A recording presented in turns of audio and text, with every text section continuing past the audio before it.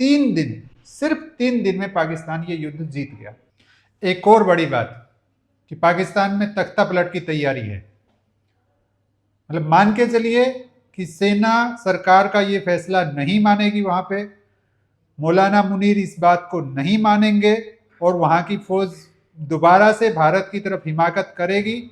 और चूंकि आर्मी को रोकने की कोशिश सरकार करेगी तो वहां तख्ता पलट होना तय है।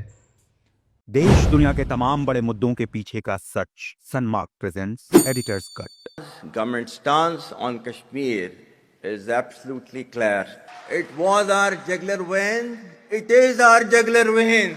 We will not forget it, and we will not leave our Kashmiri brethren in their heroic struggle, what they are waging against the Indian occupation. We are different from the Hindus in every possible aspect of life. 1.3 million Indian army with all their wherewithal, if they cannot intimidate us and they cannot coerce us, तुम्हारी अगली 10 नस्लें भी नहीं लेके जा सकती।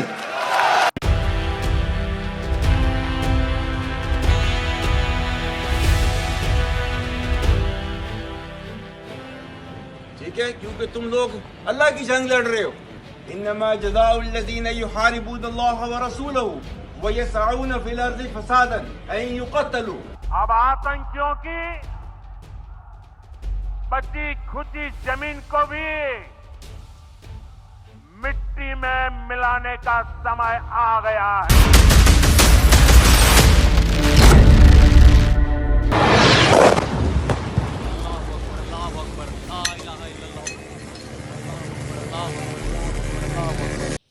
नमस्कार दोस्तों, हम एक नए एपिसोड के साथ आपके सामने हाजिर हैं।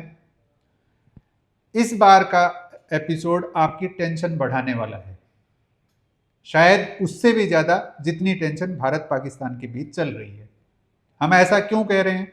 हम ऐसा इसलिए कह रहे हैं क्योंकि इसमें कुछ बातें हैं जो आपको खराब लग सकती हैं, कुछ बातें हैं जो दुश्मन के सीने को चीरने जैसी होंगी, लेकिन अंत तक आप समझेंगे हमने ये क्यों कहा कि आपकी टेंशन बढ़ने वाली है। शुरुआत करते हैं कि 3 दिन, सिर्फ 3 दिन में पाकिस्तान ये युद्ध जीत गया। हम फिर दोहरा रहे हैं, सिर्फ 3 दिन में पाकिस्तान ये युद्ध जीत गया। आप कहेंगे कि कैसी बचकाना बात है ये, लेकिन यकीन मानिए हम जो बताने वाले हैं वो आप सुनेंगे तो हैरान रह जाएंगे। शुरुआत करते हैं कि इस पूरे मामले की जड़ कहां थी। पहलगाम में 22 अप्रैल को आतंकी हमला हुआ। पाकिस्तानी आतंकवादी भारत में घुसे, उन्होंने हिंदू पर्यटकों की आइडेंटिटी चेक की, उनका धर्म पूछा और उनको 26 लोगों को गोलियों से भून डाला। यहां तक कि उनकी पत्नियां जो उनके साथ थी, ज्यादातर लोग अपनी पत्नियों के साथ घूमने गए थे वहां, उनको उन्होंने स्पेशली बोला कि तुम्हें जिंदा छोड़ रहे हैं, जाके अपने मोदी को बता देना कि हमने ये किया। वो संदेश था कि वो भारत में हिंदू और मुस्लिम का दंगा कराना चाहते थे, साथ ही भारत की सरकार को ललकार रहे थे। सीधे तौर पे वो मोदी को ललकार रहे थे, जिनकी छवि पूरे अंतर्राष्ट्रीय स्तर पे ये बनी हुई है कि वो मुंह तोड़ जवाब देने में माहिर हैं। उन्होंने जो किया उसके बाद भारत में आक्रोश बढ़ना ही था, बढ़ा, बहुत बढ़ा। अगले दिन प्रधानमंत्री नरेंद्र मोदी जी ने कह दिया था कि हम आतंकवादियों और उनके आकाओं को ऐसी सजा देंगे कि जिसकी उन्होंने कल्पना भी नहीं की होगी, मिट्टी में मिला देंगे। एग्जैक्ट यही लाइन थी कि मिट्टी में मिला देंगे। उसके बाद भारत ने 13 दिन तक कुछ नहीं किया। लोग उत्सुक थे कि भारत क्या करेगा, लोग आक्रोशित थे कि भारत बदला क्यों नहीं ले रहा है। उधर पाकिस्तान टेंशन में था कि भारत पता नहीं क्या करेगा। लेकिन जैसा मोदी जी की पहचान है, उन्होंने वही तरीका अपनाया कि जहां सामने वाला सोचना बंद करे वहां से सोचना शुरू करो। उन्होंने मॉक ड्रिल का आदेश दे दिया कि पूरे देश में मॉक ड्रिल की जाएगी कि यदि हवाई हमले किए हो जाते हैं किसी दिन देश पे तो लोग कैसे बचेंगे, कि एयर अटैक का सायरन बजेगा, लोगों को कैसे बचना है, कहाँ छुपना है, क्या करना है, ब्लैकआउट करना है, वो सारी चीजें सिखाने के लिए मॉक ड्रिल अनाउंस कर दी। पाकिस्तान थोड़ा रिलैक्स हुआ कि अभी तो ये मॉक ड्रिल कर रहे हैं, उसके बाद करेंगे, जो भी करेंगे देखा जाएगा। लेकिन उस मॉक ड्रिल से ठीक पहली रात भारत ने वो किया जो पाकिस्तान को ऐसा घाव देगा जो दशकों तक नहीं भरने वाला। 25 मिनट, सिर्फ 25 मिनट, रात को 1:05 से 1:30 के बीच भारत ने वहां हमले किए जहां भारत ने कभी हाथ नहीं डाला था। लश्कर ए तैयबा और जैश ए मोहम्मद जैसे आतंकवादी ग्रुपों के हेडक्वार्टर्स पे, और हमले भी ऐसे कि उनको एक ही झटके में मिट्टी में मिला दिया। जो जैसा प्रधानमंत्री ने बोला था कि मिट्टी में मिला देंगे, उनको मिट्टी में मिला दिया। 25 मिनट में 25 साल का बदला ले लिया। 25 साल का कैसे? 25 साल का ऐसे कि सन 2000 में भारत पे जो संसद पे हमला हुआ था, आतंकवादी हमला हुआ था, उसके जो कर्ता धर्ता थे, मास्टरमाइंड थे, जैसे मोहम्मद के मसूद अजहर, उसका पूरा परिवार एक झटके में खत्म कर दिया।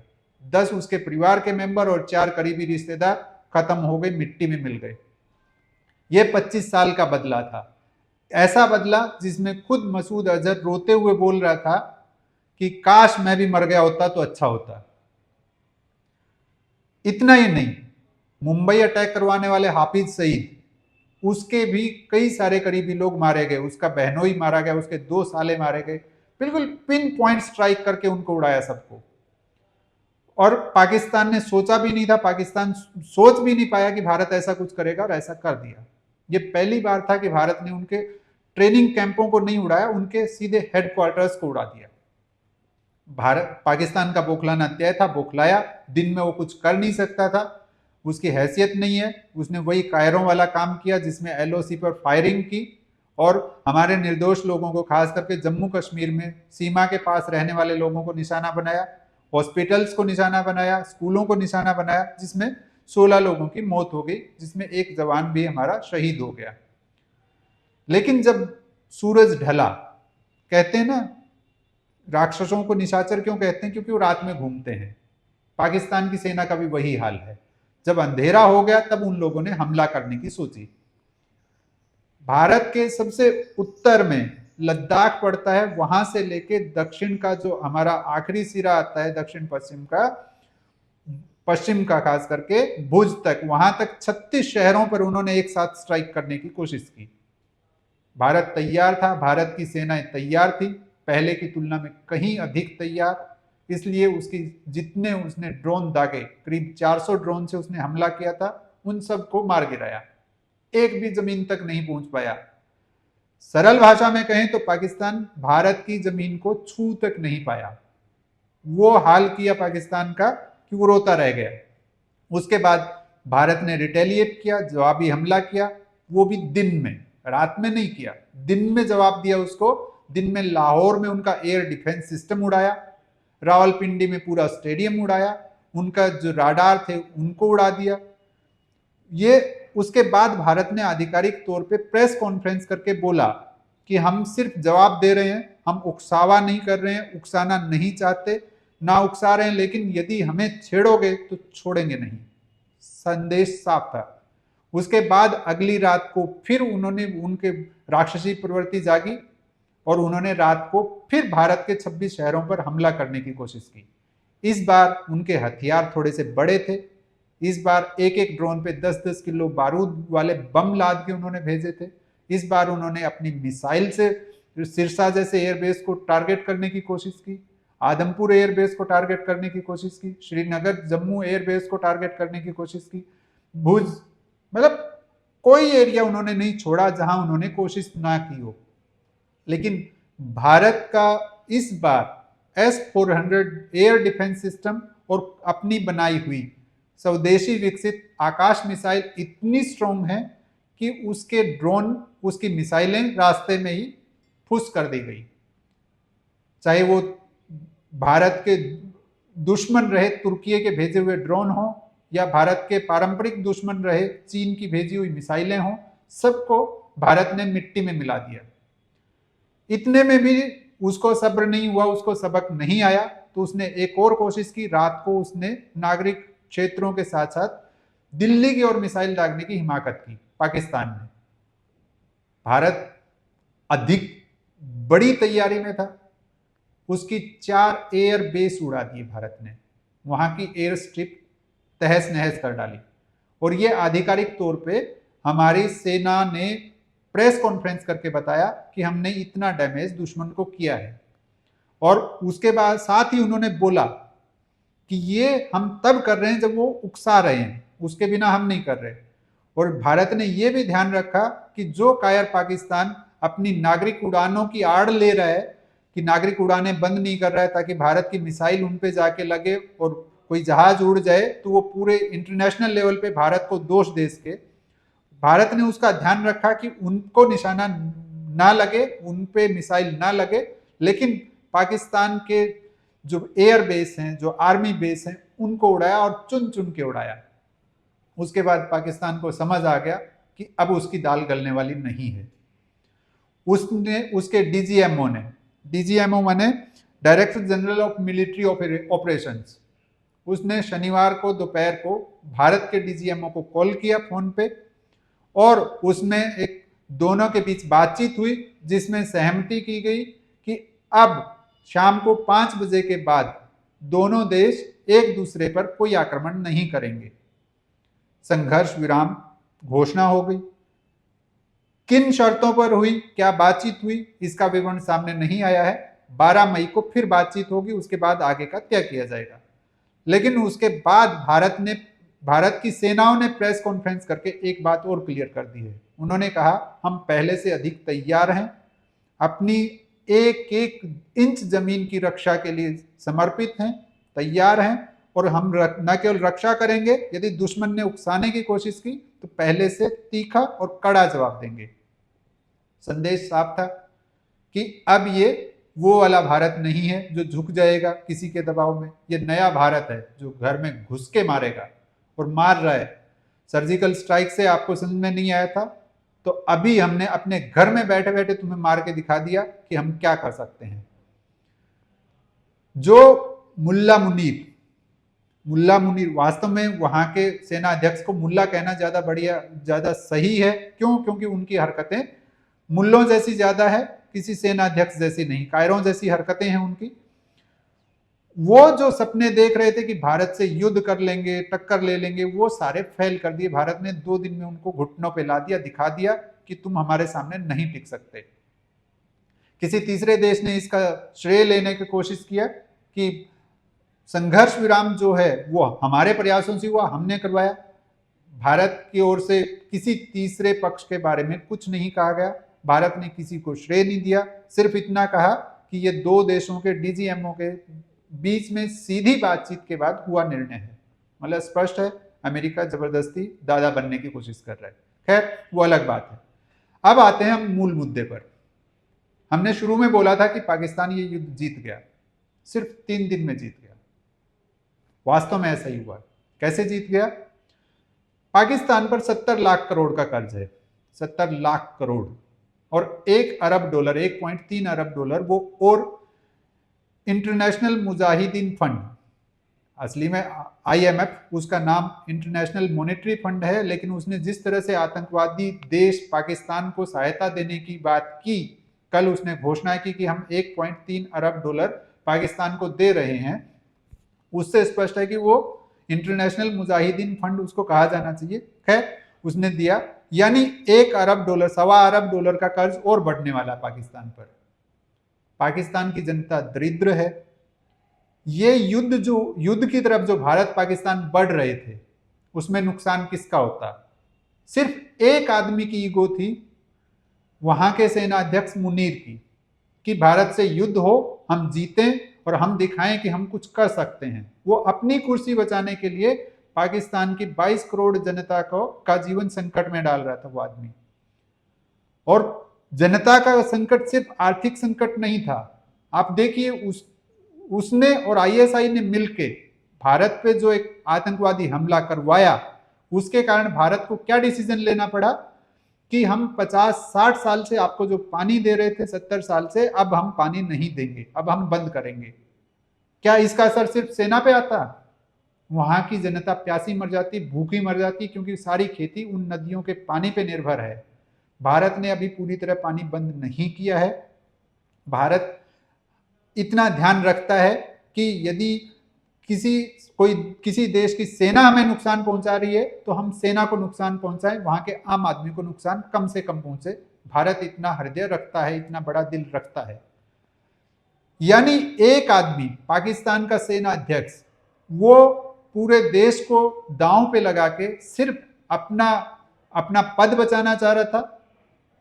यदि ये युद्ध एस्केलेट होता, यदि ये जो तनाव था दोनों देशों के बीच पूर्ण युद्ध में बदलता, तो तय मानिए ना बलूचिस्तान पाकिस्तान के साथ रहता, ना सिंध रहता। गुलाम कश्मीर को तो भूल ही जाइए, वो तो भारत का हिस्सा बनना ही था। अब आते हैं भारत की बात पे। यानी ये तो स्पष्ट है कि ये जीत पाकिस्तान की आम जनता की जीत है। भले ही पाकिस्तान की सरकार कहीं मुंह दिखाने लायक ना हो, मुल्ला मुनीर कहीं मुंह दिखाने लायक ना हो, जनता तो वहां की जीत गई। और वहां की जनता की जीत इसी में है कि वो भारत के साथ शांति से रहे। उनके लिए एक संदेश और है कि यदि उन्हें वास्तव में आगे बढ़ना है तो जो 1.3 अरब डॉलर मिला है इंटरनेशनल मुजाहिदीन फंड से, उसको उनको शिक्षा के लिए उपयोग करना चाहिए, अपने युवाओं को योग्य बनाने के लिए यूज करना चाहिए। किसी जैसे मोहम्मद या लश्कर तैयबा के टेररिस्ट कैंप में, मदरसों में भेज के अपने बच्चों को आतंकवादी मत बनाइए, क्योंकि वो आपके भविष्य के लिए और खतरनाक होगा। कर्जा तो बढ़ता ही जा रहा है। एक और चीज, यदि आपको शांति से रहना है, आगे बढ़ना है, तो भारत से सीख लीजिए, जलिए मत। हमारे यहां व्हीकल्स के पीछे एक स्लोगन लिखा रहता है भारत में कि रीस करो, जलो मत। यानी प्रेरणा लीजिए, जलिए मत। पाकिस्तान आज तक जलता रहा है, हर युद्ध में मुंह की खाता रहा है, इसी कारण से उसका ये हाल है। आपको यदि वास्तव में भारत की तरह विकसित बनना है तो सबसे पहले मुन्ना मुनीर से मुक्ति पाइए, वरना गृह युद्ध होगा और वो वैसे भी उससे मुक्ति उसी तरीके से मिलेगी। खैर, आप लोगों को आपकी जीत मुबारक हो और मुल्ला मुनीर को उनकी हार मुबारक हो, पाकिस्तान की सरकार को उनकी हार मुबारक हो। अब बात करते हैं भारत की। भारत के लोग मायूस हैं। क्यों मायूस हैं? वो चाह रहे थे कि पाकिस्तान को भारत इस बार ऐसा जवाब दे कि उसकी पुश्तें याद रखें, ऐसे घाव दे कि वो समझ ना पाए कि कहां मलहम लगाएं और कहां पट्टी करें। है वो इस बात से भी मायूस हैं कि हम गुलाम कश्मीर को नहीं ले पाए। शायद अब 50 साल लग जाएं लेने में, 20 साल लग जाएं, 10 साल लग जाएं, शायद जल्दी ले लें या ना भी ले पाए, पता नहीं। यह मायूसी हर भारतीय के चेहरे पर दिखेगी आपको। मायूस होना स्वाभाविक भी है। आकांक्षाएं, अपेक्षाएं इतनी ऊंची हो गई थी कि उसके बाद यदि वो पूरी ना हो तो दुख होता ही है। खैर, भारत ने जो किया है उसका घाव तो ऐसा है कि पाकिस्तान को याद रहेगा, लंबे टाइम याद रहेगा, ये तो पक्का है। भारत ने गुलाम कश्मीर क्यों नहीं लिया, अभी युद्ध क्यों नहीं किया, उसके कई सारे कारण हैं। यदि आप इंटरनेशनल पॉलिटिक्स और खास करके इकोनॉमी में इंटरेस्टेड हैं तो आपको समझ में आ जाएगी कहानी कि भारत ने युद्ध क्यों नहीं किया। ऐसा नहीं कि भारत कहीं भी कमजोर था, भारत बहुत शक्तिशाली था। जनरल विपिन रावत, देश के पहले जो CDS हुए हैं, उन्होंने एक बात कही थी कई साल पहले।